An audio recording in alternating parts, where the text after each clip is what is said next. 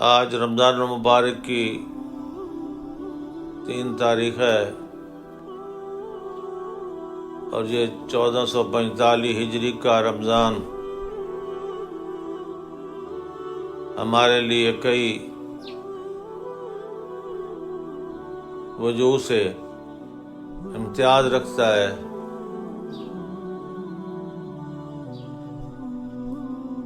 آج ہی مجھے اطلاع ملی کہ پاکستان کے عظیم نامور عالم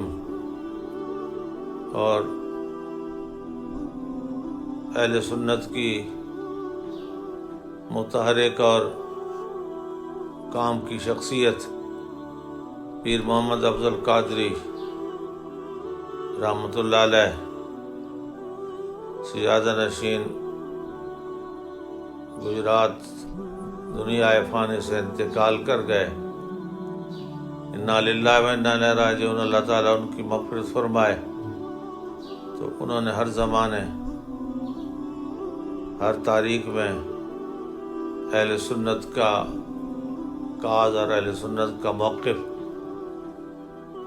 باوجود سختیوں کے پیش کیا اور اس کے بدلے بہت قید و بند کی اور صعوبتیں برداشت کی۔ اللہ ان کے اولاد کو، ان کے بیٹے صاحبزادہ محمد عثمان کو ان کے لگائے ہوئے مشن اور ان کے لگائے ہوئے پودے کی آبیاری کرنے کی توفیق عطا ہو۔ صوفیہ ایک جماعت ہے نا، اور اس میں بہت سے بزرگوں نے اپنی کتب میں بحث کی ہے۔ داتا علی اجمیری رحمۃ اللہ علیہ نے کشف المحجوب شریف میں لکھا کہ صوفی وہ لوگ تھے جو اون کا لباس پہنتے تھے اور جن کا اوڑھنا بچھونا حضور علیہ الصلوۃ والسلام کی ذات تھی اور آپ کے در اقدس پہ پڑے رہتے تاکہ آپ کچھ ارشاد فرمائیں اور وہ اس کو نقل کر کے آگے پھیلائیں۔ تو انہی کے لیے جو چبوترا بنا وہ صفہ، صوفیوں کی جگہ، اور صوفی جو اون کا لباس پہنتے ہیں، یہ کوئی ضروری نہیں ہے کہ وہ اون کا لباس ہی پہنتا، مزاجن وہ لوگ تھے جو اللہ کے نبی کے اطاعت گزار لوگ تھے۔ تو یہ صوفی کی اصطلاح قرون اولیٰ ہی سے پائی جاتی ہے۔ پچھلے ادوار میں باقاعدہ اس نے ایک جماعت کی شکل اختیار کی اور ان کی تعلیمات اور ان کی اصطلاحات سے دنیا نے فائدہ اٹھایا۔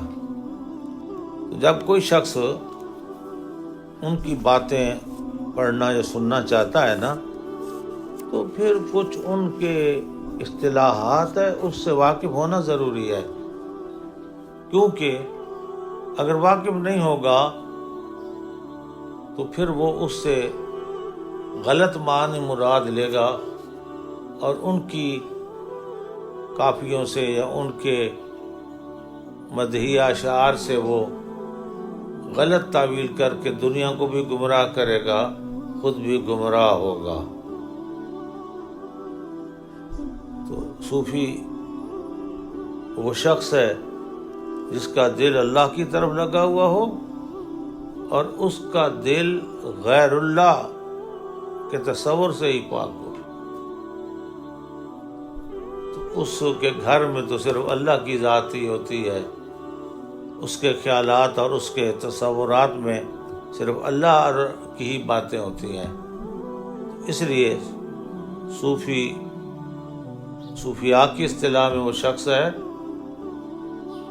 جو خدا یاد ہو اور جس کے دل میں خدا بستا ہو۔ ہم نے اس اصطلاح کو بڑا بدنام کیا۔ جس کی منہ پہ داڑھی دیکھتے ہیں تو کہتے ہیں یہ صوفی ہے. یہ اصل میں ان لوگوں کی پھیلائی ہوئی سازشیں ہیں جو اس طبقے کو بدنام کرنا چاہتے ہیں. ورنہ صوفی کا مقام تو بہت بلند ہے. جو جس کا دل کا کوئی کونا، کوئی اس کا لمحہ اللہ کی یاد سے خالی نہ ہو. اسی طرح عموماً صوفی کے ساتھ لفظ استعمال ہوتا ہے فلانا ابن الوقت صوفی ہے. اس سے کیا مراد ہوتی ہے صوفیہ کے نزدیک؟ کہ ابن الوقت صوفی وہ ہوتا ہے جو اللہ کے تعلق کے ساتھ دنیا کے تعلق کو بھی جوڑے رکھتا ہے اور مفاد کے لیے وہ اللہ کے نام کو استعمال کر لیتا ہے. اس کو کہتے ہیں یہ ابن الوقت صوفی ہے. ولی کا عام اصطلاح ہے اللہ کا دوست، اور ولی اللہ سے مراد وہ شخص ہوتا ہے جو اللہ کے ساتھ لو لگائے ہوئے ہوتا ہے. اس کا ہر لمحہ، ہر ساتھ، ہر آن وہ اللہ کے ساتھ لگنے والی ہوتی ہے، تو وہ ولی اللہ کہلاتا ہے. ابدال، اس کے متعلق تو حدیث میں بھی ہے کہ ملک شام میں 40 ابدال ہیں. بلکہ صوفیاء نے کہا ایک وہ ابدال ہیں جو پورے کرۂ ارض پر پھیلے ہوئے ہیں، اور ہر شخص کو، ہر ابدال کو ایک نہ ایک اقلیم کی بادشاہی دی گئی ہے. گویا کہ 7 ابدال ہیں، 7 اقلیم کے وہ نگہبان و مالک ہے. اسی طرح یہ صوفیہ کی اصطلاح میں بسط اور انقباض ایک اصطلاح ہے. فلاں کو انقباض ہو گیا، فلاں کا دل میں بسط ہو گیا. تو انقباض کا معنی ہوتا ہے روح کی جو بالیدگی ہے اس کا رک جانا. اس کا کوئی بھی وجہ ہو سکتی ہے، لیکن سب سے بڑی وجہ اطاعت شیخ سے پھر جانا، گمراہی اختیار کرنا انقباض کی وجہ بنتی ہے. اور ایک بسط ہوتا ہے، بسط کا معنی ہوتا ہے وہ جو انقباض کی کیفیت ہے دل پہ وہ چلی جائے اور روح کی بالیدگی شروع ہو جائے، تو کہتے ہیں اس میں بسط شروع ہو گیا. یہ وجہ ہے کہ جب کوئی شخص وظائف کرتا ہے، اپنے پیر و مرشد کا تصور کر کے کوئی پڑھنا چاہتا ہے، تو اس کے روح کی جو کیفیت ہے وہ اس کو انڈیکیٹر دیتی ہے کہ تمہارا جو تعلق ہے روح سے قائم ہے. اور کبھی ایسا وقت بھی آ جاتا ہے کہ وہ غافل ہو جاتا ہے، تو روح خود بخود بتاتی ہے کہ اب جو تیری بتی ہے وہ بجھ چکی ہے، تو اس کو پہلے آن کرنے کی کوشش کر، تب تیرا کام آگے چلے گا. تو اس کو کہتے ہیں جو ہے نا انقباض. اسی طرح صوفیاء کی اصطلاح میں ایک علم لدنی کا لفظ استعمال ہوتا ہے. علم تو کے لیے تو استاد چاہیے، کتاب چاہیے، لیکن علم لدنی کیا ہوتا ہے کہ وہ اللہ کسی بندے کے دل اور سینے پہ براہ راست القاء فرما دیتے ہیں. جیسے حضرت خضر کا واقعہ ہے، قرآن کہتا ہے ہم نے ان کو علم لدنی عطا فرمایا. تو وہ بظاہر کسی کے شاگرد نہیں ہیں، کسی کے مرید نہیں ہیں، براہ راست اللہ سے فیض لیتے ہیں تو کہتے ہیں فلانا علم لدنی کا مالک ہے. اس طرح اور بہت سی اصطلاحات ہیں، لیکن یہ جو مشہور اصطلاحات ہیں نا، وہ میں نے آپ کو اس لیے بتائی کہ آگے یہ لفظ استعمال ہوں گے نا تو آپ کو پتہ ہونا چاہیے. مولانا رومی نے بڑی بڑی باتیں سمجھانے کے لیے قصص کو اختیار فرمایا. آپ نے ایک قصہ لکھا ہے کہ ایک روغن بیچنے والے نے طوطا پا رکھا تھا، طوطی، اور وہ بہت اچھی باتیں کرتا تھا، خوبصورت گفتگو کرتا تھا، تو وہ گاہکوں کا دل لبھاتا تھا اور اس کی دکانداری چلتی تھی. تو کہتے ہیں بود بکال مرعورا طوطیے، خوش نوا و سبز و گویا طوطیے، بر دکان بودے نگہبان دکان، نکتہ گفتے یا ہما سوداگراں. اب ایک دکاندار بنیے نے ایک طوطا پا رکھا تھا جو بڑا خوش آواز تھا، خوش شکل تھا، اور وہ دکان کی حفاظت بھی کرتا تھا، اور جب کوئی اس دکان پہ کوئی گاہک آتا تھا تو اس سے بڑی دلچسپ گفتگو کرتا تھا، آگے پیچھے پھڑک پھڑک کے اس کا دل لبھاتا تھا. خواجہ روزے سوئے خانہ رفت بود، در دکان طوطیے نگہبان نمود.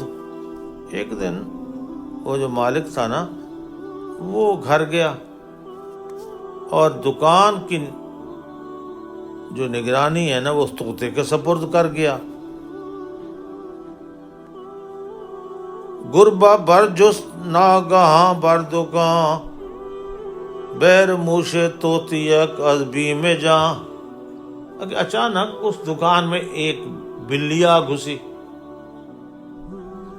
اس دکان میں بلی آ گھسی تو وہ اس کو تو اپنے جان کے لالے پڑ گئے، طوطی کو اپنے جان کے لالے پڑ گئے، اور اس نے پھڑکنا شروع کر دیا. بلی جب بھی اس کی طرف لپکتی تھی نا تو وہ کسی ایک الماری پہ، کبھی دوسری الماری پہ، کبھی تیسری الماری پہ. تو مولانا کہتے ہیں اس کے پھڑکنے اور بھاگنے کی وجہ سے بہت سے عطر کی شیشیاں ٹوٹ گئیں، ضائع ہو گئیں.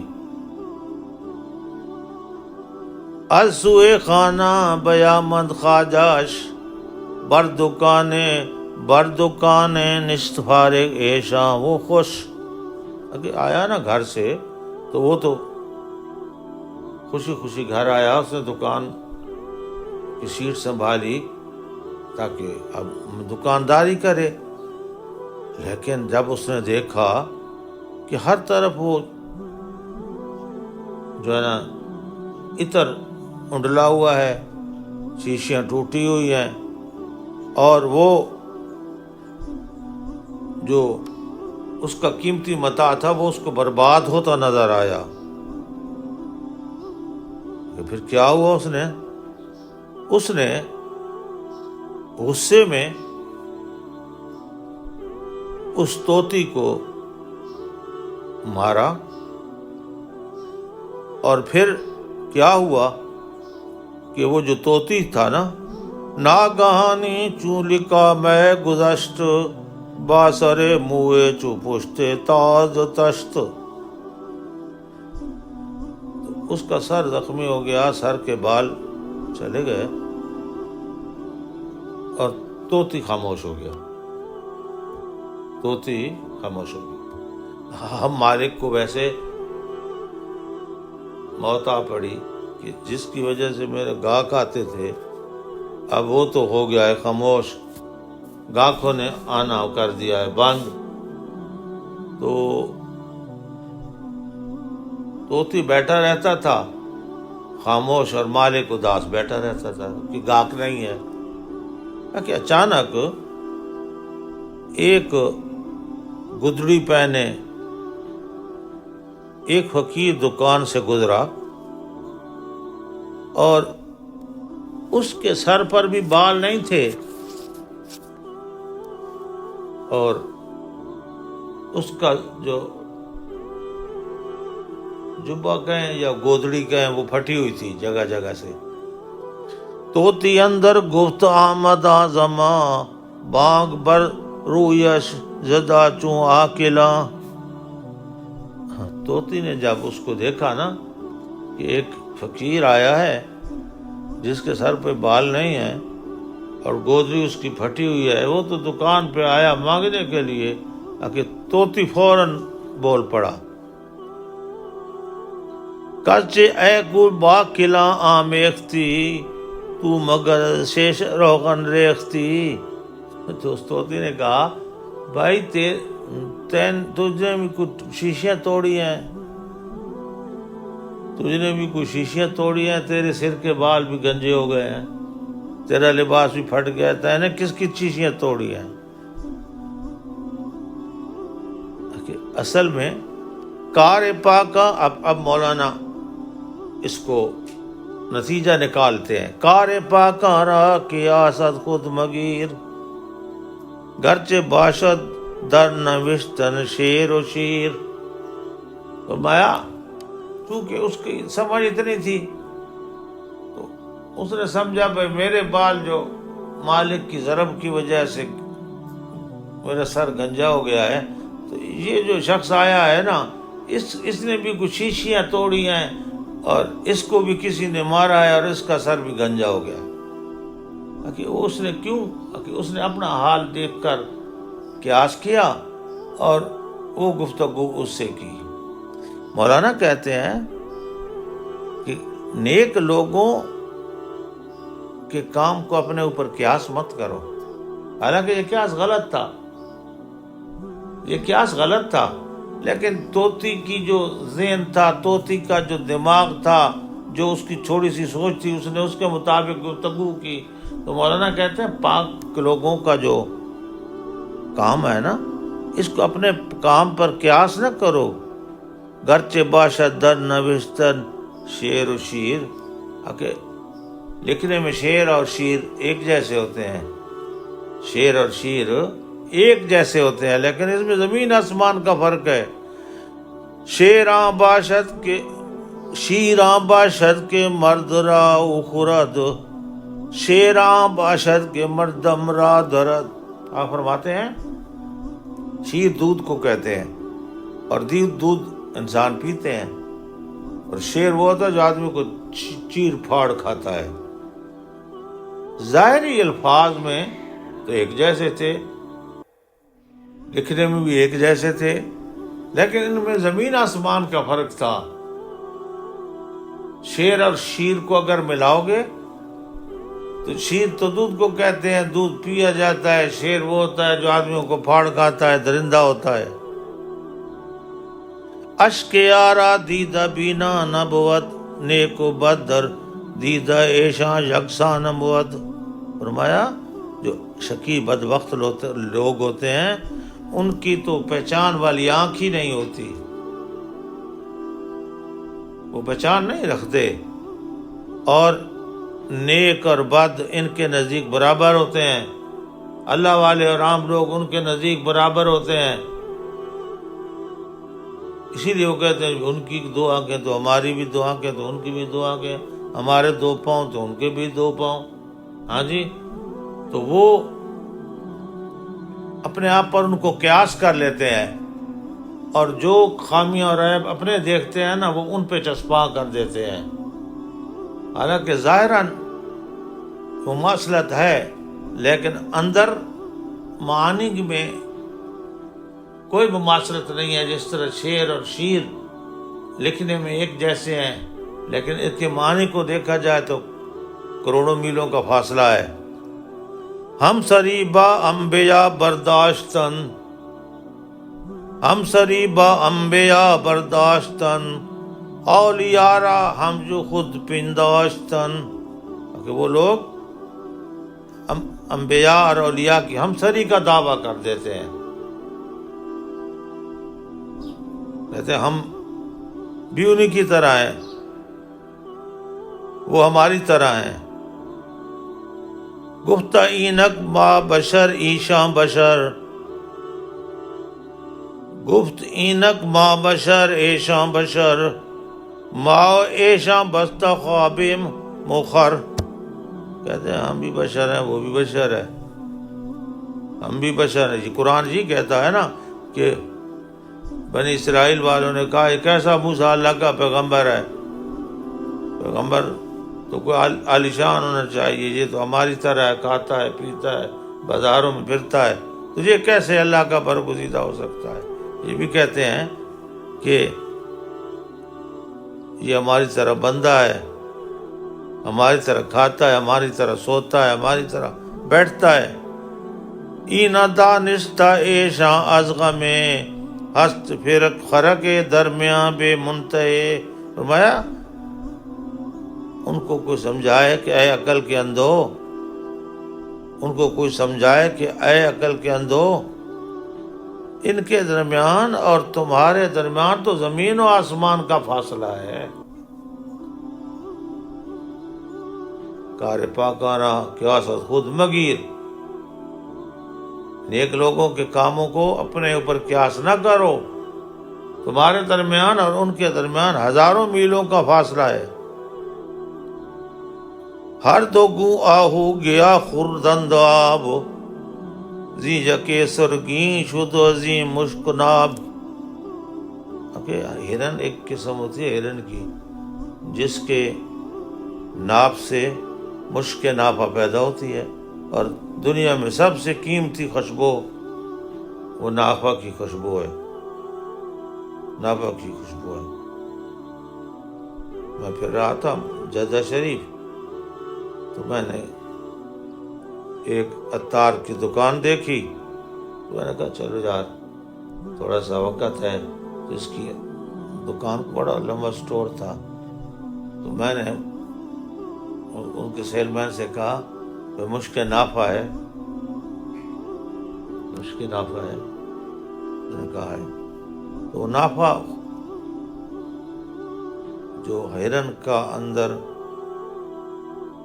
ناف کے اندر تھوڑی سی تھیلی ہوتی ہے، وہ تھیلی اٹھا کے لایا کہ اس میں جو ہے نا کتنا چاہیے آپ کو نکال دیتے ہیں۔ تو میں نے کہا اس کا ریٹ کیا ہے؟ انہوں نے کہا 2000 ریال تولہ، 2000 ریال تولہ۔ اب ہم پوچھ تو بیٹھے تھے، تو میں نے کہا یہ بھائی مہنگا ہے، تو اگر کھاتا ہرن وہی بھی ایک خوراک ہے، کھاتا وہ بھی ہرن وہی خوراک ہے، ہیں دونوں ہرن، ایک خوراک کھاتا ہے تو اس میں مشک نافع پیدا ہو جاتی ہے، اور دوسرا خوراک کھاتا ہے تو اس میں مینگنی اور پلیدی پیدا ہو جاتی ہے۔ اب کیسے آپ کہیں گے کہ دونوں ایک جیسے ہیں؟ دیکھنے میں تو ایک جیسے ہیں، لیکن اس کی خاصیت علیحدہ ہے، اس کی خاصیت علیحدہ ہے۔ مولانا روم سمجھاتے ہیں کہ نیک لوگوں کو قیاس اپنے اوپر نہ کرو کہ یہ کھاتے ہیں تو ہم بھی کھاتے ہیں، تو کھاتا ہے تیرا کھانا پلیدی بناتا ہے تیرے جسم میں، اور وہ کھاتے ہیں تو ان میں روحانیت کا جلا ہوتا ہے، اور وہ جو ہے نا پھر نیکی کی طرف مائل ہوتے ہیں۔ تیرے کھانے اور ان کے کھانے میں فرق ہے۔ ہر دو نئے خورند از جک آن جور، آن جکے و آن پر از شکور، فرمایا دیکھو نا گھاٹ پانی کا ایک ہوتا ہے، وہاں پہ ہماری زبان میں کہیں سرکل لڑکی، وہاں سرکل بھی اگتی ہے، وہاں گنا بھی اگتا ہے، پانی وہ بھی پیتا ہے، پانی وہ بھی پیتا ہے کھیت سے، وہ بھی اگا ہوا ہے، یہ بھی اگا ہوا ہے۔ تو اب آپ یہ تو نہیں کہہ سکتے نا کہ دونوں ایک جیسے ہیں، حالانکہ دونوں ایک ہی زمین پہ کھڑے ہیں، تو ایک کا اندر خالی ہے، دوسرا رس سے بھرا ہوا ہے، دوسرا رس سے بھرا ہوا ہے۔ تو مولانا کہتے ہیں نیک لوگوں کے کاموں کو اپنے اوپر قیاس نہ کر، اللہ نے ان کا قوام ہی علیحدہ بنایا ہے۔ علامہ بیضاوی نے جو بات لکھی وہ سمجھنے کے قابل ہے۔ آپ نے لکھا کہ اگر میرے آقا مولا صلی اللہ علیہ وسلم کو نبوت نہ بھی ملتی ہے پوری آیت، لیکن میں آخری حصہ لے رہا ہوں، وقت تھوڑا ہے، جس کو اللہ نبوی بنانا چاہتا ہے اس کا قوام ہی علیحدہ ہوتا ہے، اس کا رحم مادر سے لے کر پیدائش تک، اور پیدائش سے لے کر لڑکپن تک، لڑکپن سے لے کر جوانی تک اللہ تعالیٰ کی حفاظت میں یہ سارا کام ہوتا ہے، اس کا قوام ہی علیحدہ ہوتا ہے۔ آپ بے شک پڑھیں، جو ہے نا، جب حضرت حلیمہ کی بکریاں چرا رہی تھی نا ان کی بہن شیمہ، حضور کی بہن شیمہ، حضور بھی ساتھ ہو لیے، حضور بھی ساتھ ہو لیے، بھائی میری بہن اور میرا بھائی یہ جو بکریاں چراتے ہیں تو میں بھی ساتھ جاؤں گا۔ تو آپ گئے، تھوڑی دیر بعد ڈر کے واپس آ گئے۔ کیوں؟ کیونکہ ایک بیل نے، ایک روایت میں آتا ہے، دوسری روایت میں آتا ہے ایک بکری نے مڑ کے کہا، حضور سے مخاطب ہو کے کہا تم اس لیے نہیں پیدا کیے گئے۔ شیخ عبد القادر جیلانی کے متعلق آتا ہے کہ آپ نے جب بچے کھیل رہے تھے نا بیل سے، جس طرح دم کو پکڑ کر لٹکتے ہیں باہر، اسی طرح آپ بھی بچوں کے ساتھ کھیلنے گئے، اور اس بیل کی دم کو جب آپ نے پکڑا تو بیل نے منہ موڑا، اللہ نے اس کو قوت گویائی دی، اس نے کہا اے عبد القادر آپ اس چیز کے لیے نہیں پیدا کیے گئے، آپ کا مقام بلند ہے۔ تو کہتے ہیں یہ نہ سمجھو کہ دیکھنے میں ایک جیسے ہوتے ہیں تو ان کی خاصیت بھی ایک ہوتی ہے۔ فرمایا ایک ہی زمین ہے، وہ ایک لڑکی پیدا کر رہی ہے جو اندر سے خالی ہے، دوسرا ایسا کماد پیدا کر رہا ہے جو رس سے بھرا ہوا ہے۔ تو پھر آپ لڑکی یہ دعویٰ کرے کہ کماد مجھ جیسا ہے، وہ تو پھر عقل کے خلاف ہے نا۔ اسی لیے مولانا ساری مثالیں دے کر نا آپ کو اور مجھے سمجھانا چاہتے ہیں کہ نیک لوگوں کار پاکاراں قیاس از خود مگیر، نیک لوگوں کے کام کو اپنے اوپر قیاس نہ کر، گرچہ باشد در نوشتن شیر شیر، لکھنے میں تو شیر اور شیر برابر ہوتے ہیں، شیر دودھ کو کہتے ہیں تو وہ انسان کھا پی جاتا ہے، اور شیر وہ ہوتا ہے درندہ جو انسان کو باہر ڈالتا ہے۔ فرمایا لکھنے میں شکل میں ایک جیسے دیکھ کر یہ فتویٰ نہ دیا کرو کہ دونوں ایک جیسے ہیں، دیکھنے میں ایک جیسے ہوتے ہیں لیکن زمین و آسمان کا اس میں فرق ہوتا ہے۔ اللہ تعالی ہمیں مولانا کا یہ نقطہ سمجھنے کی توفیق عطا فرمائے۔ وآخر دعوانا ان الحمدللہ رب العالمین، آمین۔ الحمدللہ رب العالمین والعاقبۃ للمتقین والصلاۃ والسلام علی رسول محمد وآلہ وصحبہ اجمعین۔ اللہم انصر من نصر دین محمد صلی اللہ علیہ وسلم، ربنا وجعلنا منہم، واخذل من خذل دین محمد صلی اللہ علیہ وسلم، ربنا ولا تجعلنا منہم۔